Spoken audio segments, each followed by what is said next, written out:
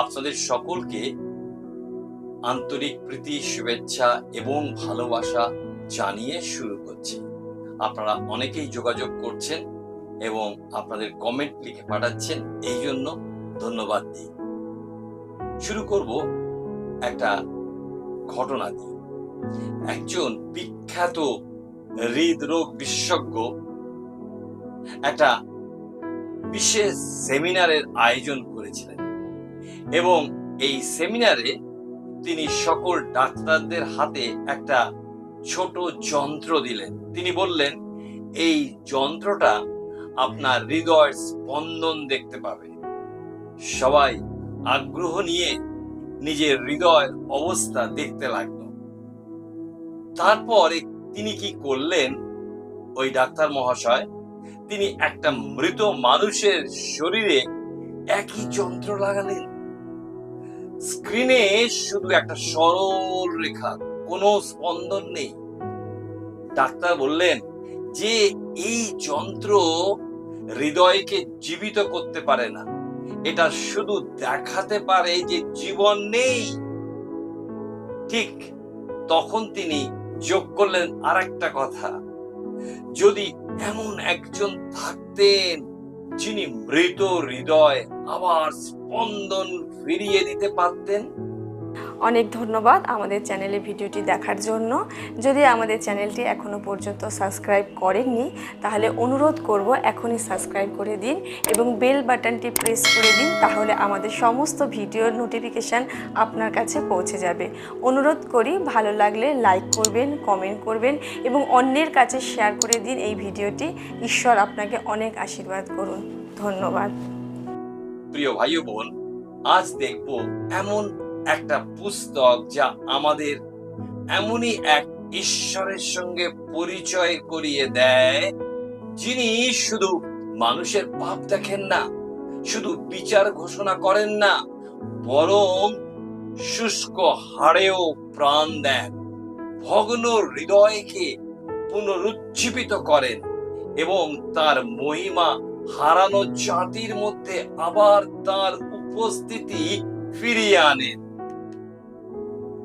আপনি কি কখনো ভেবেছেন ঈশ্বর কেন একজনকে 390 দিন বাঁদিকে কাত হয়ে শুয়ে থাকতে বললেন? কেন তাকে নিজের ঘর ছেড়ে নির্বাসনে অভিনয় করতে বললেন? কেন তিনি শুকনো বা শুষ্ক হাড়ের উপত্যকায় দাঁড়িয়ে মৃত হাড়ের সঙ্গে কথা বললেন? এগুলো কি শুধু অদ্ভুত ঘটনা, নাকি আজও আমাদের জন্য ঈশ্বরের জীবন্ত বার্তা? আজ আমরা জানবো জিহজকেল পুস্তক, বাইবেলের অন্যতম রহস্যময় পুস্তক। আবার অন্যদিকে দেখি যে সব থেকে আশা ব্যঞ্জক এক পুস্তক। আবার একটা কথা বলি, যদি একদিন আপনি ঘুম থেকে উঠে দেখেন আপনার দেশ নেই, আপনার ঘর নেই, আপনার মণ্ডলী নেই, আপনার উপাসনালয় সব ধ্বংস হয়ে গেছে, আর আপনি শত্রু দেশে বন্দী, তাহলে কি আপনি তখনও বিশ্বাস করবেন যে ঈশ্বর আপনার সঙ্গে আছেন? ইসরায়েল জাতির মানুষ ঠিক এই প্রশ্নের মুখোমুখি হয়েছিল, আর সেই সময় ঈশ্বর একজন ভাওবাদীকে বা নবীকে দাঁড় করালেন, আর তিনি হলেন জিহজকেল। জিহজকেল পুস্তকের প্রথম অধ্যায় ঈশ্বর বাবিলের কবার নদীর তীরে তিনি তার মহিমায় আবির্ভূত হলেন, যা জিহজকেল দেখতে পেয়েছিলেন 1 অধ্যায় 1 থেকে 3 পদে এবং 26 থেকে 28 অধ্যায়ের মধ্যে। এই পুস্তকের প্রথম শিক্ষাই হলো ঈশ্বর কোন ভবনের ঈশ্বর নন, তিনি প্রভু সমগ্র বিশ্বের। God is not the God of any building. He is the Lord of the whole world. এখন আমরা জিহজকেল পুস্তকের পরিচিতিতে যাব। আমরা দেখি বিচারের মধ্যেও ঈশ্বরের মহিমা, নতুন হৃদয় এবং পুনঃস্থাপনের আশা, hope of restoration, God's glory, new hearts and hope of restoration even in the midst of the judgment. আমরা বিশেষ দেখব মূল পদ হচ্ছে যেখানে বলা হয়েছে 6 অধ্যায় 7 পদে, আবার বলা হয়েছে 7 অধ্যায় 4 পদে, এইভাবে 5 বার বলা হয়েছে। কি বলা হয়েছে?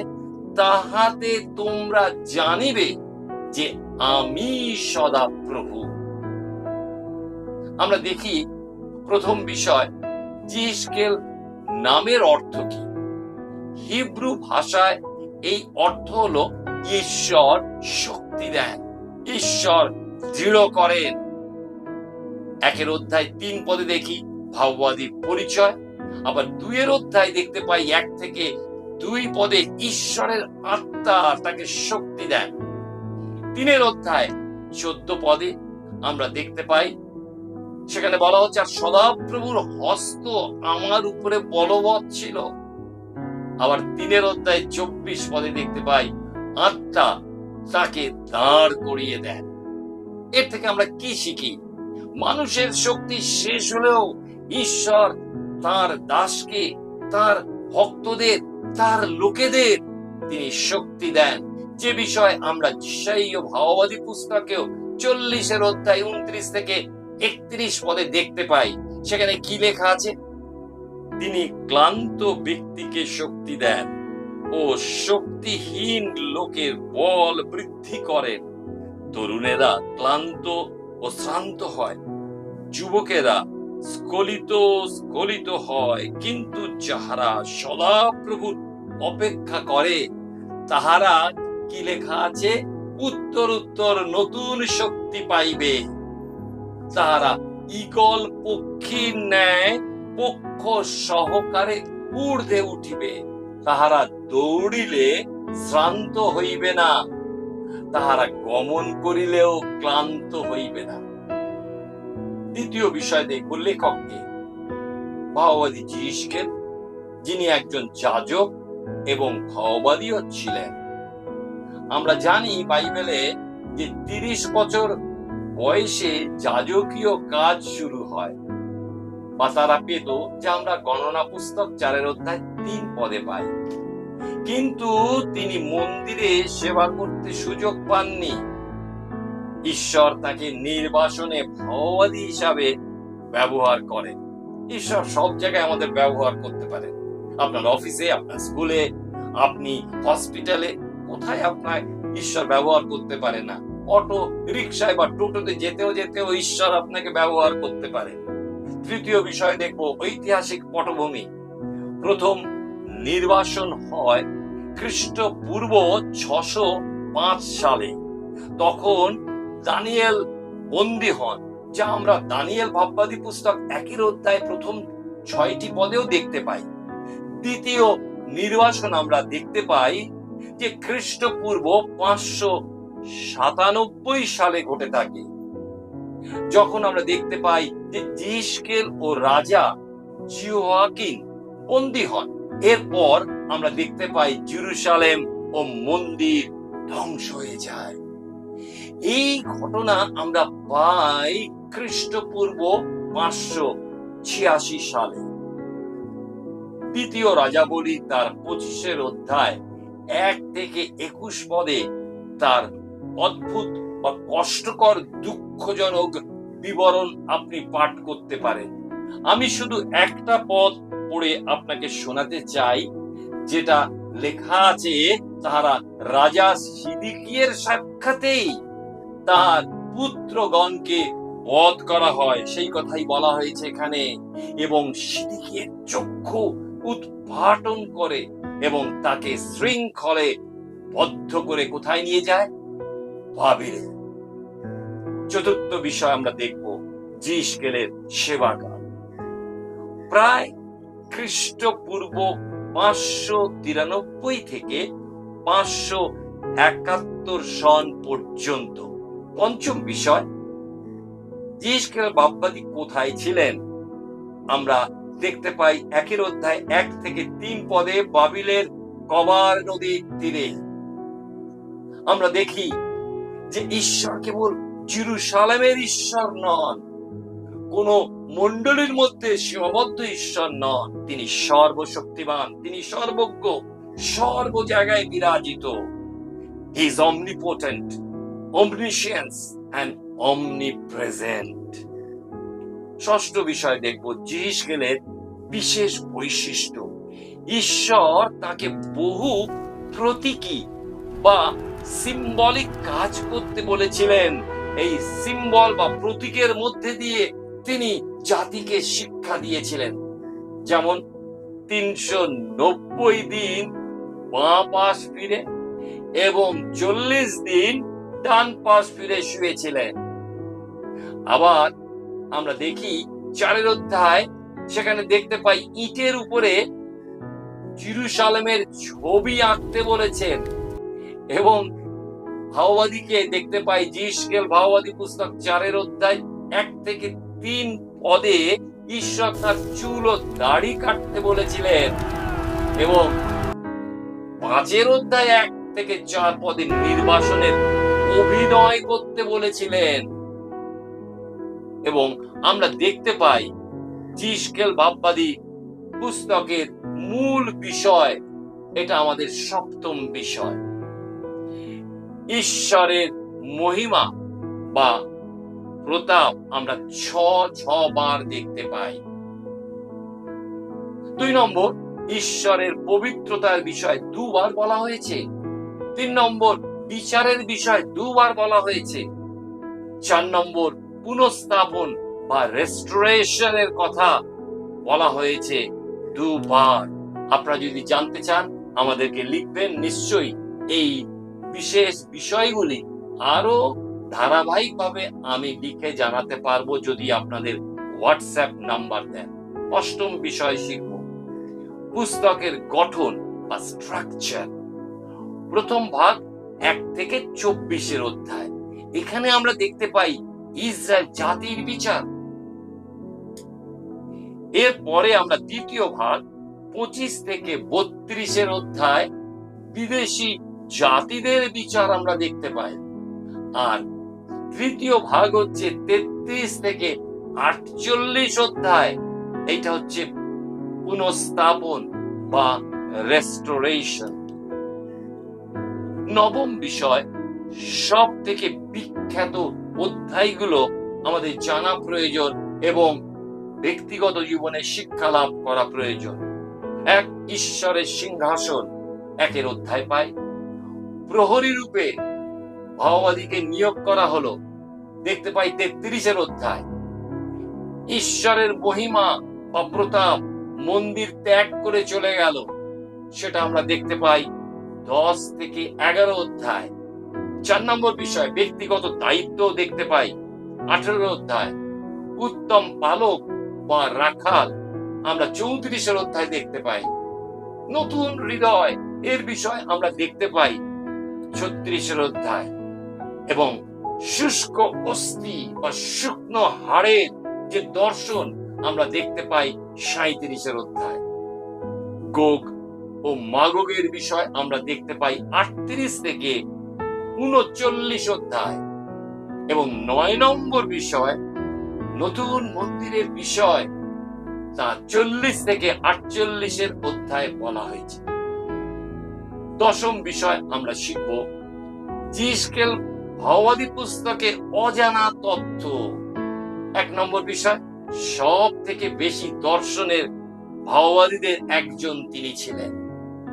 2 নম্বর, মনুষ্য সন্তান সম্বোধন প্রায় 93 বার করা হয়েছে।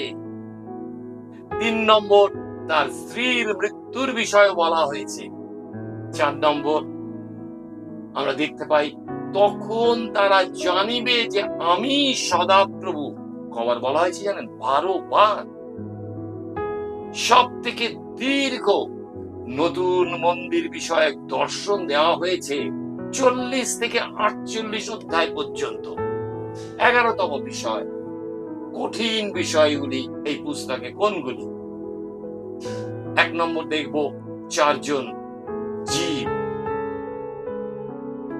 আমরা একের অধ্যায় এগুলো দেখতে পাই। 2 গোগ ও মাগোগের বিষয় ভাবাদি পুস্তকের 38 থেকে 39 অধ্যায় আমরা পাই, যেটা আবার প্রকাশিত বাক্যে তার 20 অধ্যায় 7 থেকে 9 পদে পাই। ভবিষ্যতের মন্দির একটু আগেই বলেছি 40 থেকে 48 অধ্যায়। 390 ও 40 দিন যিশকেল বাঁদিকে এবং ডান দিক ফিরে শুয়েছিলেন, তা আমরা 4 অধ্যায় পাই। পঞ্চম বিষয় শুকনো হাড় বা অস্থি, যা আমরা 37 অধ্যায় দেখতে পাই। আপনি যদি কোনটিও জানতে চান আমাদেরকে নিশ্চয়ই হোয়াটসঅ্যাপে লিখে জানান। দ্বাদশ বিষয় যিশকেলের প্রধান শিক্ষা কি? ঈশ্বর সর্বত্র উপস্থিত রয়েছেন। একের অধ্যায় দেখতে পাই ঈশ্বর পবিত্র, যা তিনি প্রকাশ করেছেন 36 অধ্যায়। ঈশ্বর বিচার করেন, তিনি ন্যায় বিচারক, যে বিষয় আমরা পাই যিশকেল তার 7 অধ্যায়। ঈশ্বর আমাদেরকে নূতন হৃদয় দেন, পুরাতন গুলো সরিয়ে দেন, প্রস্তরময় হৃদয় দূর করে দেন, যা আমরা পাই 36 অধ্যায় 25 থেকে 27 পদে। ঈশ্বর মৃতকে জীবিত করেন, আমরা যিশকেল ভাববাদী পুস্তক 37 অধ্যায় 1 থেকে 14 পদে সেই অস্থির দর্শন। 6 নম্বর বিষয় ঈশ্বর হচ্ছেন প্রকৃত রাখাল, যা পাই 34 অধ্যায়, যা নতুন নিয়মে প্রভু যীশু নিজেকে বলেছেন, যা পাই 10 অধ্যায় 11 থেকে 16 পদে। 7 নম্বর বিষয় ঈশ্বরের মহিমা ফিরে আসে। একবার চলে গেছিল, যে বিষয় আমরা দেখতে পাই যিশকেল ভাববাদী পুস্তক 43 অধ্যায় প্রথম 5 পদে। 13তম বিষয় খ্রিস্ট সম্পর্কে বা খ্রিস্ট যিশুর সম্পর্কে যে পূর্বাভাস দেওয়া হয়েছে। 1 নম্বর উত্তম রাখাল বা মেষপালক, 2 নম্বর নূতন হৃদয়ের কথা, 3 নম্বর দাউদের রাজত্ব, 4 নম্বর জীবনদায়ী নদী, যা আমরা পাই 47 অধ্যায় 1 থেকে 12 পদে, যোহন তার 7 অধ্যায় 37 থেকে 39 পদে, আর প্রকাশিত বাক্যে 22 অধ্যায় বিশেষ করে এই নদীর কথা বলা হয়েছে। 14তম বিষয় আজকের বিশ্বাসীদের জন্য শিক্ষা কি? ঈশ্বর কঠিন পরিস্থিতিতেও আপনাকে এবং আমাকে কি করেন? আমাদের সঙ্গে থাকেন। 1 অধ্যায় রয়েছে। 2 পাপের বিচার নিশ্চিত, 18 অধ্যায় তিনি তা বর্ণনা করেছেন 30 থেকে 32 পদে। 3 নম্বর বিষয় অনুতাপ করলে ঈশ্বর ক্ষমা করেন, 18 অধ্যায় 21 থেকে 23 পদে বলা হয়েছে। আর আমরা দেখব বিশেষ করে 4 নম্বর বিষয় ঈশ্বর নতুন হৃদয় দিতে পারেন, 36 অধ্যায় 26 থেকে 27 পদে। 5 নম্বর বিষয় সব থেকে আশাহীন অবস্থাতেও ঈশ্বর জীবন দিতে পারে, যিশকেল ভাববাদী পুস্তক 37 অধ্যায় পাই। 6 নম্বর শিক্ষা ঈশ্বর প্রকৃত রাখাল, আমরা যদি তার শরণাপন্ন হই তিনি আমাদেরকে চালান, 34 অধ্যায় আমরা পাই 11 থেকে 16 পদে। 7 নম্বর বিষয় ঈশ্বরের চূড়ান্ত উদ্দেশ্য তার মহিমা প্রকাশ করা, যা আমরা পাই যিশকেল ভাববাদী পুস্তক তার 36 অধ্যায় 22 পদে। 15তম বিষয় যিশকেল পুস্তকের সার সংক্ষেপ। যিশকেল পুস্তক আমাদের কাছে কি ঘোষণা করে? ঘোষণা করে যে পবিত্র ঈশ্বর পাপের বিচার করেন, তার মহিমা প্রকাশ করেন, অনুতপ্ত মানুষকে নতুন হৃদয় দেন এবং শেষ পর্যন্ত তার উপস্থিতির মাধ্যমে তার জাতিকে পুনঃস্থাপন করেন। শেষ করার আগে আপনাকে কয়েকটি প্রশ্ন করতে চাই। আজ আপনার জীবন কি কোনো দিক থেকে শুকিয়ে গেছে, শুষ্ক হয়ে গেছে?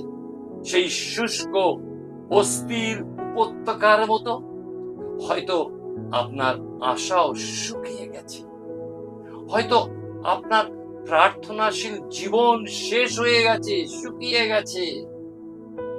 আপনার পরিবারের সম্পর্ক হয়তো ঠিক নেই, ভেঙে পড়েছে।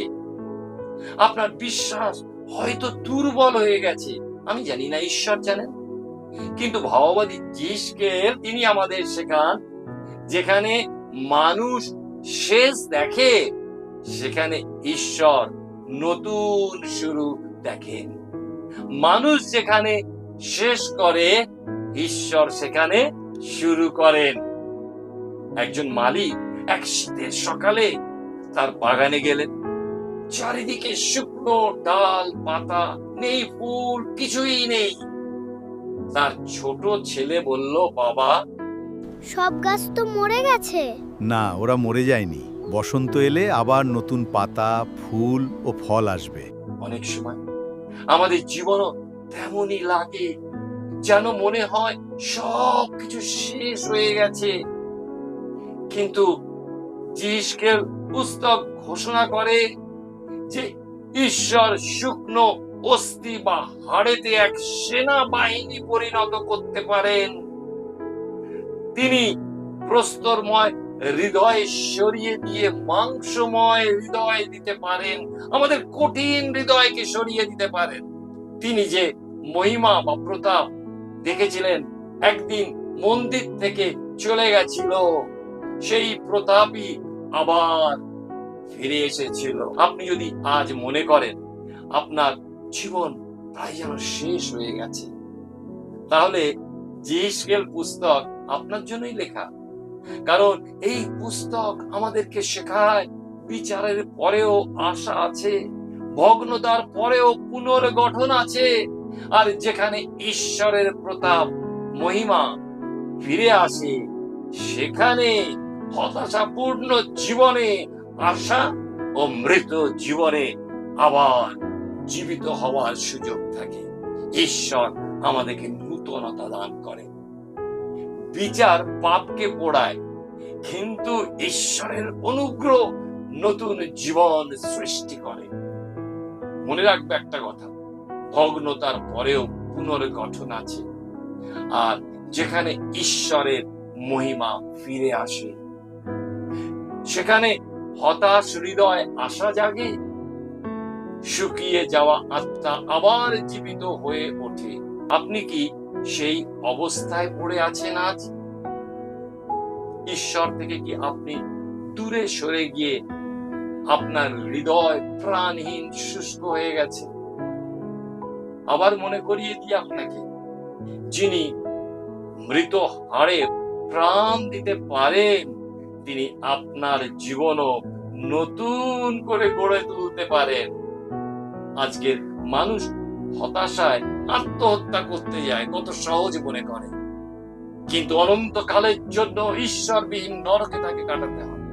মনে রাখবেন, আমরা যদি ঈশ্বরের বাক্যের কাছে এসে নিজেকে সমর্পণ করতে পারি, তাহলে আপনি নূতনতা দেখতে পাবেন।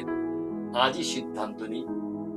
আমি শুধু ঈশ্বরের বিচারের কথা বলছি না, তার পুনর্গঠনের কাজেও আপনি নিজেকে সমর্পণ করে বলুন, প্রভু, এই আমি আপনার হাতে আমি সমর্পিত হই। একটা বিশাল বন আগুনে পুড়ে গেল, গাছ নেই, পাখি নেই, সবুজ কিচ্ছু নেই, শুধু কালো ছাই আর পোড়া মাটি। যারা সেই বন দেখলো তারা বলল, এখানে আর কখনো কিছু জন্মাবে না, সব শেষ। কিন্তু কয়েক মাস পর বৃষ্টি এলো, ছাইয়ের নিচে লুকিয়ে থাকা বীজগুলো অঙ্কুরিত হতে শুরু করলো।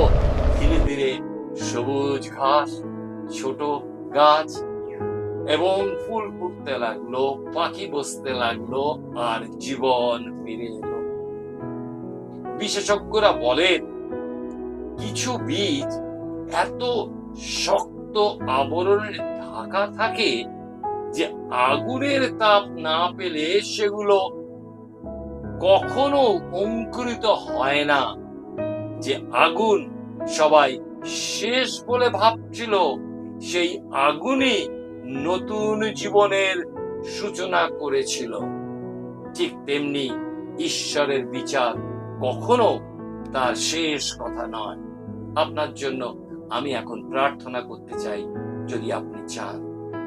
তিনি আমাদের জন্য তার হাত খুলে বলছেন, হে পরিশ্রান্ত ভারাক্রান্ত লোক সকল, তোমরা আমার নিকটে আইসো, আমি তোমাদেরকে বিশ্রাম দেব।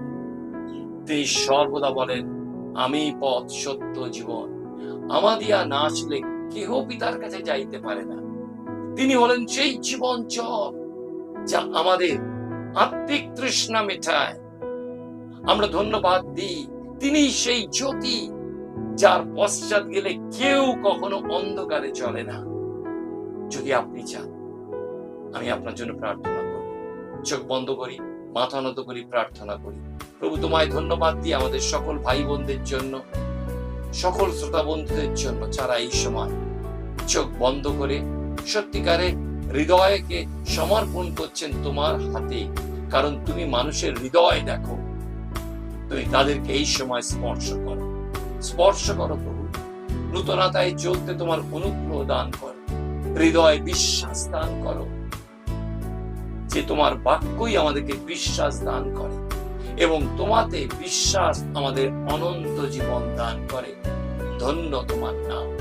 তোমার হাতে সকলকে সমর্পণ করে এবং আমিও সমর্পিত হয়ে এই প্রার্থনা যিশুর নামে চাই, আমেন। আপনাদের অসংখ্য ধন্যবাদ জানাই আমাদের চ্যানেলটি সাবস্ক্রাইব করার জন্য।